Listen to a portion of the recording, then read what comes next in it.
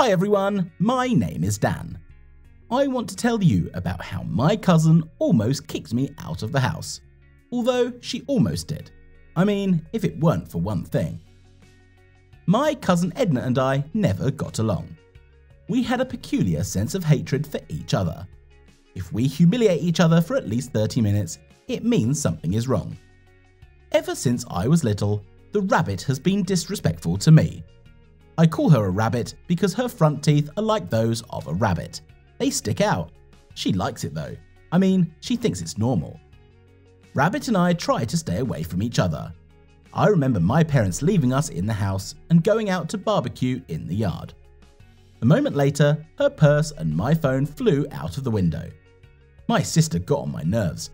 I called her names and she snatched my phone out of my hands in retaliation and threw it out of the window, and I threw her purse with the super expensive perfume her boyfriend gave her. Since we were on the second floor, my phone didn't survive either. But what pissed me off more was how she cleverly made herself out to be the victim, and I got all the bumps alone. And then what happened was that her parents bought an apartment, allegedly to separate her from herself. I wish mine had done exactly the same. My cousin's parents said they were going out of town temporarily to see about buying a house somewhere, and they put their house on the market as well. For the time being, Edna was to live on her own in her new apartment. I envied her sincerely. But there was more unpleasant news ahead of me. I came home one day and my mother greeted me with a strange smile. I have 2 pieces of news for you, good and bad. Which one to start with? The bad news. Our relatives from Norway are coming to visit, and they have important things to do. What? Uncle Michael with 5 kids and an aunt? Uh-huh. Oh no, that noise. I'll be sleeping on the floor again. And the good news? What's the good news? Your dad and I are going on a month-long business trip. Wait, you said we, but not with you? Yeah, that's right. I already talked to my sister, and she doesn't mind if you move out of the house temporarily and stay at Edna's. What? You said good news, and this is more bad news. Come on, son. No, sure, you can stay here if you want, but then you'd have to get up at 5 a.m., even on weekends with Uncle Michael's kids. Can't you do something about it? I can't. You know, they need help. Besides, my dad and I are going away. Take me with you. You have school, so you can't. Yeah, so you'll have all the fun without me. It's only for a month. You think about it. I'll go pack. I was frustrated, but I had no choice. The very next day, I went to Edna's with my suitcases. She didn't open the door for about 10 minutes, and when she did, I saw that she had just gotten up. Is that you? Did you bring it all the same? It's an involuntary measure. I don't care. You're going to be stressing me out for a month. You sleep in the living room, okay? I don't know about that. I wouldn't go to your stinking bed myself. Do you even change the sheets in there? Or do you sleep like that? And by the way, why are you sleeping? It's lunchtime. It's none of your business. I'm not going to report you, and if you tell my parents, I'll kick you out of the house, okay? Okay. I laid out my things and immediately got my room ready. I put everything in its place, cleaned it, even cleaned the windows. Then I decided to cook myself a meal, as I knew how to do it. My sister was going out in the evening, and before she left me, told me not to wait for her. I didn't give a damn. I went to bed and woke up in the middle of the night to noise. I turned on the light and saw my sister barely standing up. I went over to help her and helped her in. Are you drunk? None of your business. Wow, I knew you were a fan of this stuff, but it's a sight to behold. Shut up, okay? After a few steps, Edna fell to the floor and passed out. I tried to pick her up, but she was heavy. The phone was ringing from her purse. I picked it up and saw that it was Robert. I picked up the phone and didn't have time to say anything before the dude yelled, "If you don't give me the dough by tomorrow, you're on your dime, got it?" and hung up. And then I noticed in her purse was a package. It was weird and it looked like drugs. I was honestly a little confused and even scared. And then I took it and hid it in my bag. Wow, Edna, looks like you're in big trouble. Where did you get into trouble? I asked her while she was lying on the floor. I stole her away and went to bed. In the morning, she woke up and started scuffling that I hadn't carried her. Her phone rang again. She picked up the phone, was quiet and said, "You'll get your money, calm down," and she hung up. Did you have too much to drink at someone else's expense yesterday? None of your business. She went to her room. 2 hours later, she had washed her face and was going out again. I asked her where she was going, but she didn't answer. A minute later, there was a knock on the door. I opened the door and there was a guy standing there. He asked who I was and what I was doing at Edna's, and I told him what I was. Then he squinted and then he walked into the room. Why did you come in without permission? Your sister owes me something. She took something and I'm looking for it. What is it? None of your business. Too much is none of my business. What did you say? Nothing. He searched her room. I think he was looking for something I already had and left. I had a bad feeling about that. I decided to go after him. I went out, got my car and followed him. But there was a surprise waiting for me around the corner.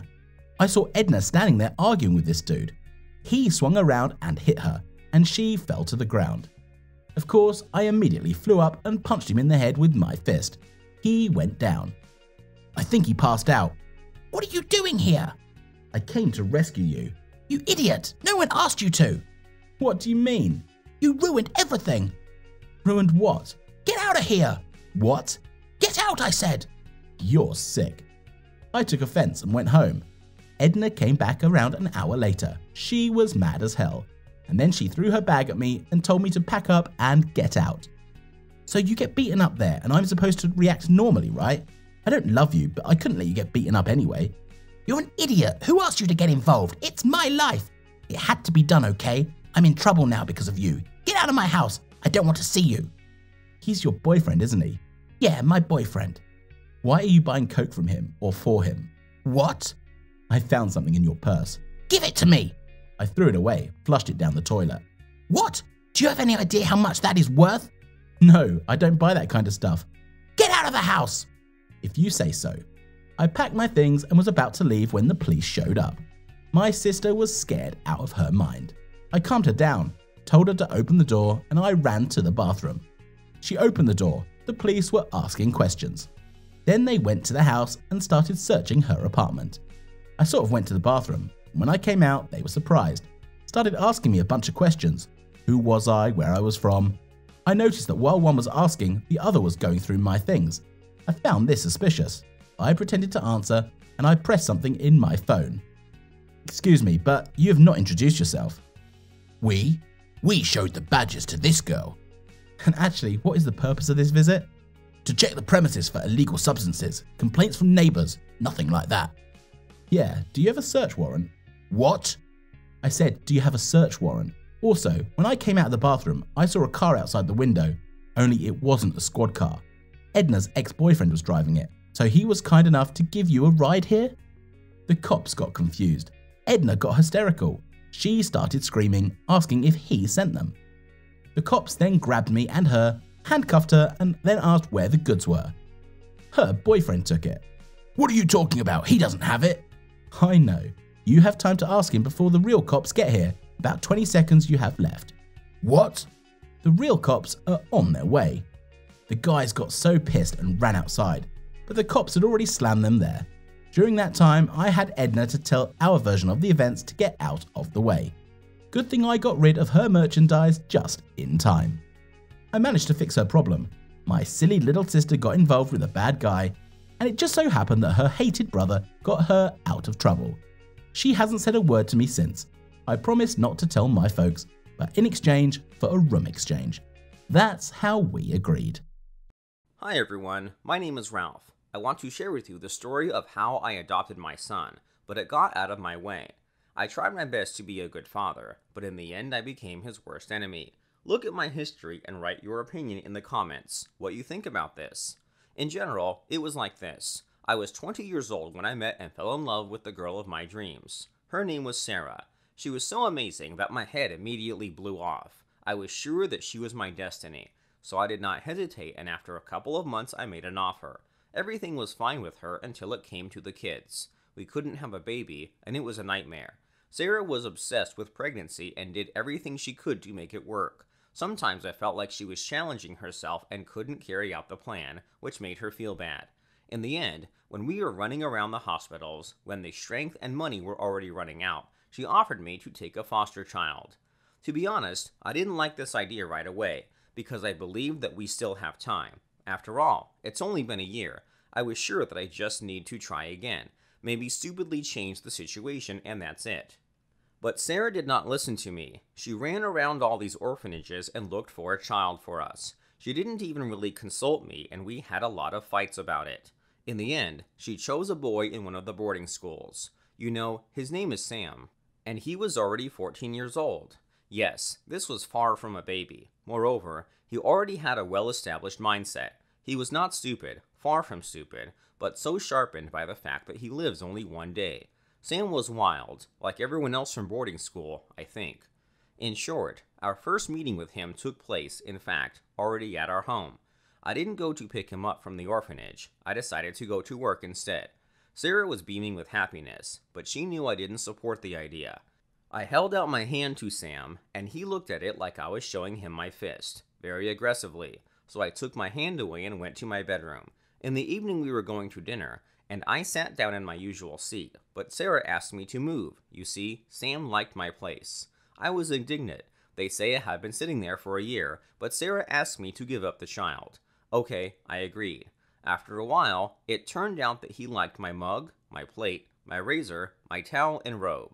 I became really angry. What else could he like next? Maybe I belong in this house. I was angry with myself, but I didn't say anything yet, so we lived like this for about a week.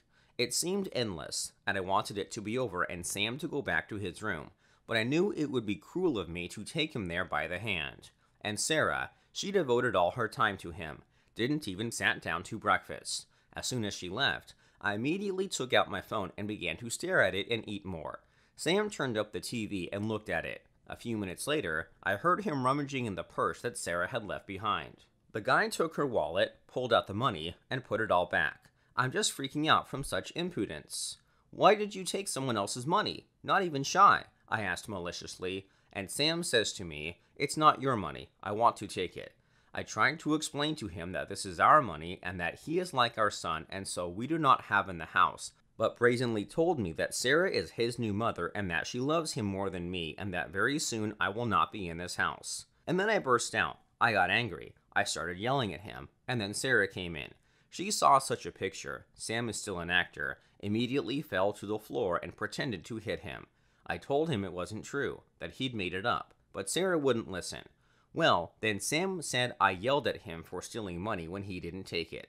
Sarah reached into her wallet and couldn't find any money, so I told her to check his pockets. Sam turned them out and showed them that they were empty. But how is this possible? I saw it myself. Then Sarah came up to me and felt my pockets, where she found the money.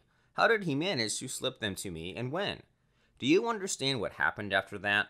That's right, Sarah kicked me out of the house. Sam got his way, he pushed me out, and now he had no boundaries. He took my rightful place.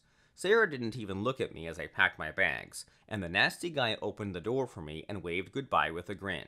I was so angry. I went to see my colleague. It's good that he took me in and told him about the situation. Then he asked me to stay with him temporarily and come up with a plan to get back.